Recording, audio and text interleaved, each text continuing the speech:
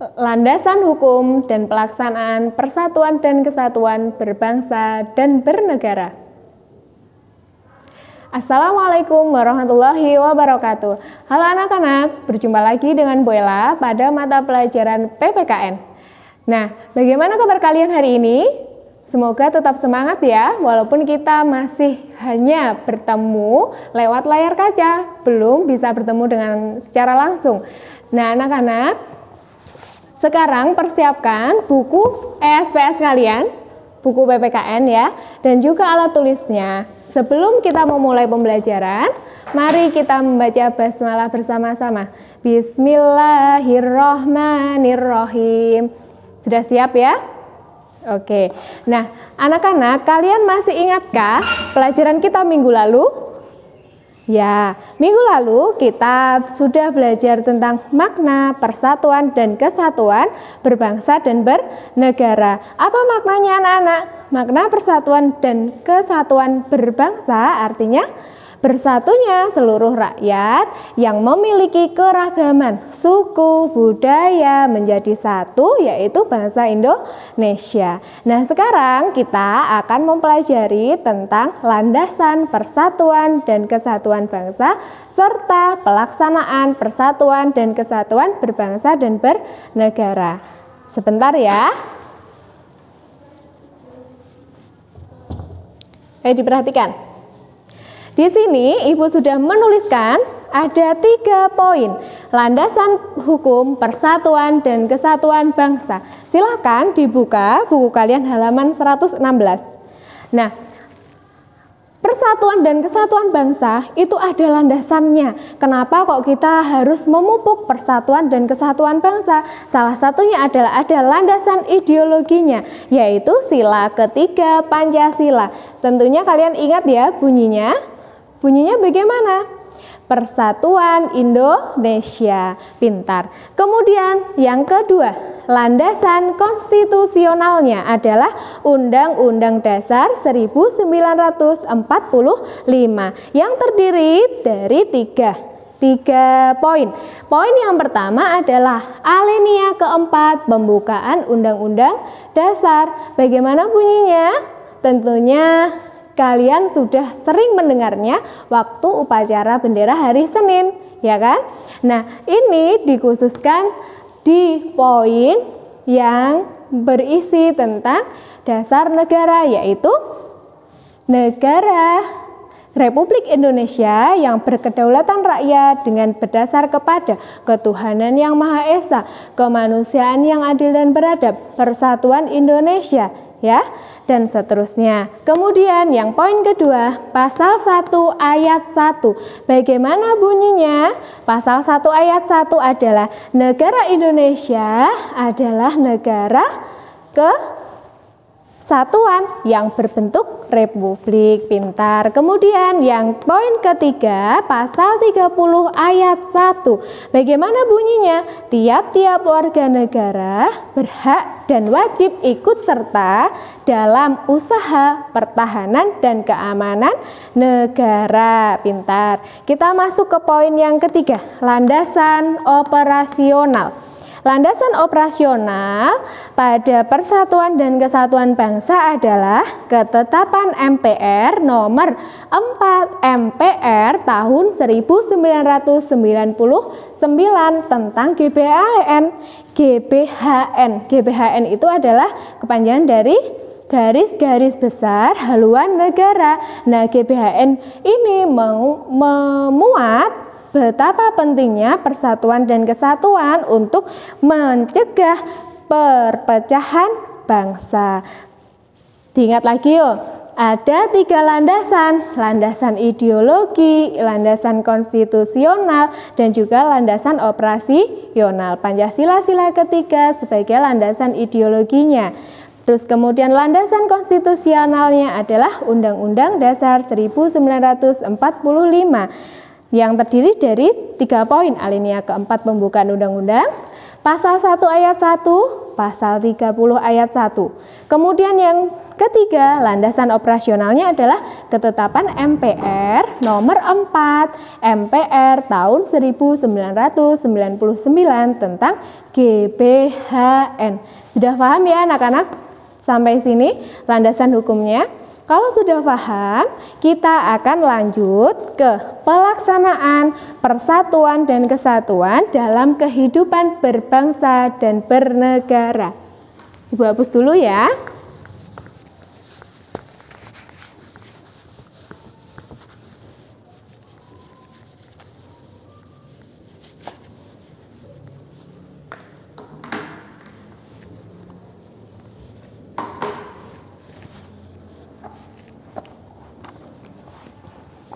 Pelaksanaan.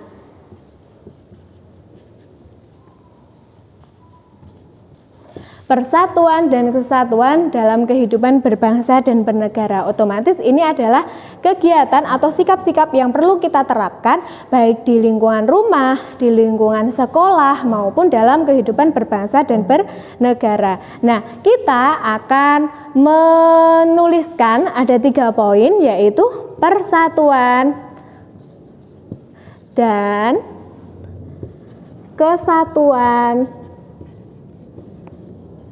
di lingkungan rumah. Kemudian yang kedua, persatuan dan kesatuan di lingkungan sekolah. Dan yang terakhir adalah persatuan dan kesatuan dalam berbangsa dan bernegara. Nah, minggu lalu Ibu sudah memberikan tugas kepada kalian untuk menuliskan sikap apa saja atau kegiatan apa saja yang bisa mencerminkan persatuan dan kesatuan di rumah, di sekolah, di masyarakat, dan juga bernegara. Ya kan? Masih ingat? Tugasnya pasti sudah selesai ya.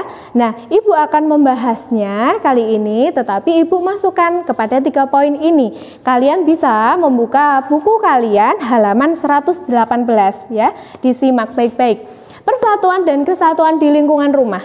Kalau di lingkungan rumah berarti ini nanti ada hubungannya tentang kerukunan atau kerjasama antar anggota keluarga dan juga dengan tetangga atau dengan lingkungan sekitar rumah. Ingat ya, tetangga adalah orang yang terdekat dengan kita, ya toh? Kadang saudara kita banyak, tetapi saudara kita belum tentu menjadi tetangga kita. Jadi apa-apa sedikit-sedikit kalau ada masalah, ada kerepotan, pasti yang direpotkan adalah tetangga. Jadi apa anak-anak? Kita harus rukun dengan tetangga. Nah, bagaimana sikap-sikap yang perlu kita terapkan untuk menjaga persatuan dan kesatuan di lingkungan rumah? Yang pertama, apa?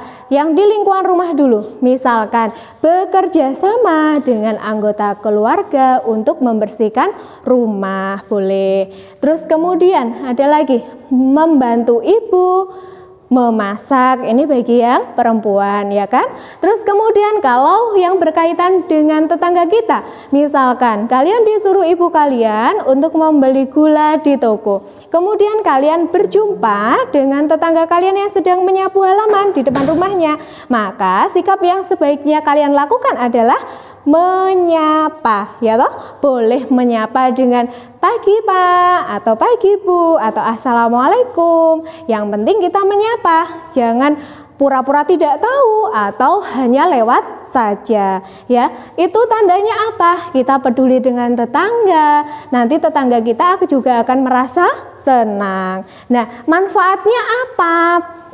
Persatuan, sikap persatuan dan kesatuan di lingkungan rumah ini kalau kita terapkan, otomatis yang pertama, lingkungan rumah akan terasa nyaman, suasananya akan nyaman, kalian akan betah di rumah, kemudian akan rukun juga dengan tetangga kalian. Kemudian pekerjaan yang susah atau yang berat akan menjadi ringan. Karena apa? Karena dibantu oleh tetangga, ya kan? Nah, begitu juga sebaliknya. Kalau kita tidak bisa rukun atau tidak bisa menerapkan sikap persatuan dan kesatuan dengan tetangga, maka akan terjadi perselisihan. Otomatis kalian tidak akan betah tinggal di rumah. Kalian pasti akan keluar. Kemudian nanti kalian tidak akan menyapa tetangga. Itu tidak boleh. Sudah paham ya anak-anak persatuan dan kesatuan di lingkungan rumah? Sudah. Nah, berikutnya yang poin kedua, persatuan dan kesatuan di lingkungan sekolah. Bisa dibuka halaman 120. Nah, persatuan dan kesatuan di lingkungan sekolah. Di sekolah tujuan kalian sama-sama ingin menuntut ilmu, ya kan? Nah, tetapi kalian tentunya berlatar belakang berbeda. Entah itu kebiasaannya, entah itu kegemarannya, atau entah nanti cita-citanya, tetapi kan intinya sama, kalian sama-sama ingin mendapatkan ilmu. Nah, perbedaan-perbedaan yang ada di sekolah, di lingkungan sekolah, itu tidak boleh menjadi hal yang diperdebatkan atau yang dapat menimbulkan perselisihan. Kalian harus hidup rukun, saling menghormati dan menghargai sesama teman. Contohnya bagaimana, Bu, sikap persatuan dan kesatuan yang bisa diterapkan di lingkungan sekolah? Contohnya, 1. Jika teman kalian kesusahan dengan pelajaran, kalian bisa membantunya jika kalian mampu, ya kan? Yang kedua, mau bermain dengan teman-teman walaupun sukunya berbeda, agamanya berbeda, ataupun adat istiadatnya juga berbeda. Terus kemudian yang berikutnya, saling menghormati dan menghargai antar teman, mengikuti upacara dengan tertib. Itu juga contoh-contoh persatuan dan kesatuan di lingkungan sekolah. Nah, apa, Bu, manfaatnya? Manfaatnya banyak sekali. Karena kita di sekolah itu tujuannya menuntut ilmu. Kalau kita rukun dengan teman, otomatis kita akan nyaman belajar di sekolah. Akhirnya ilmu atau pelajaran yang diberikan oleh Bapak Ibu guru akan lebih mudah diserap. Terus kemudian terjalinnya persaudaraan yang erat dengan temannya. Terus kemudian apa lagi? Menumbuhkan sikap toleransi antar teman, ya kan? Toleransi itu apa? Yaitu menghormati dan menghargai antar teman. Nah, sudah paham anak-anak persatuan dan kesatuan di lingkungan sekolah, nggih? Sudah paham. Nah, kalau misalkan di sekolah ini ada teman kalian yang dari sukunya yang berbeda, kita kebanyakan pasti mayoritas adalah suku Jawa karena kita tinggal di Jawa. Tetapi kalau ada teman kita yang dari suku, misalkan suku Sunda, nah otomatis kita tidak boleh mengolok ya nak, kita harus mau berteman dengan mereka, dengan teman kita yang berbeda suku. Dan akan lebih baik lagi kalau kalian mau mempelajari atau mau mengetahui tentang sukunya, pasti mereka juga akan senang. Sudah paham ya? Kemudian masuk ke poin yang ketiga, pelaksanaan persatuan dan kesatuan dalam berbangsa dan bernegara. Bisa dilihat halaman 122. Sudah? Nah, di halaman 122 itu dijelaskan bahwa kemerdekaan kita ini diperoleh dengan cara bersatu, persatuan antar golongan muda dan golongan tua yang mau bersepakat untuk memproklamasikan kemerdekaan. Nah, kalian tentunya juga ingat bahwa Bu Ella kemarin sudah menjelaskan semboyan, ya kan? Bersatu kita teguh, bercerai kita runtuh, ya kan? Coba kalian ambil satu lidi. Nah, satu lidi itu jika dipatahkan akan semakin mudah. Tetapi bagaimana jika lidi-lidi itu disatukan menjadi sapu lidi, kemudian dipatahkan? tentunya akan sulit ya. Nah, itu ibaratnya bangsa kita. Kalau kita mau bekerja sama, mau bersatu, maka bangsa Indonesia ini akan menjadi bangsa yang maju, bangsa yang kuat, yang tidak akan diombang-ambing atau tidak akan dijajah lagi oleh bangsa asing, ya kan? Nah, otomatis dengan persatuan dan kesatuan akan mencegah bangsa kita terpecah belah. Sudah paham, Nak? Nah, bagaimana, apa saja sikap yang mencerminkan persatuan dan kesatuan dalam berbangsa dan bernegara? 1. Saling menghormati dan menghargai antar warga masyarakat. Jadi tidak ada saling mengolok, walaupun kita semuanya ini Indonesia itu beragam suku, bangsa, dan budaya ya. Harus saling menghormati dan menghargai. Kemudian yang kedua, mengembangkan sikap toleransi, terus kemudian yang ketiga, ikut melestarikan budaya lain. Kita memiliki budaya, setiap daerah memiliki budaya yang berbeda-beda. Nah, perbedaan itu tidak perlu dipermasalahkan ya, tetapi perbedaan itu menjadi kekayaan bangsa kita. Paham ya, Nak? Kalian bisa membacanya di halaman 123.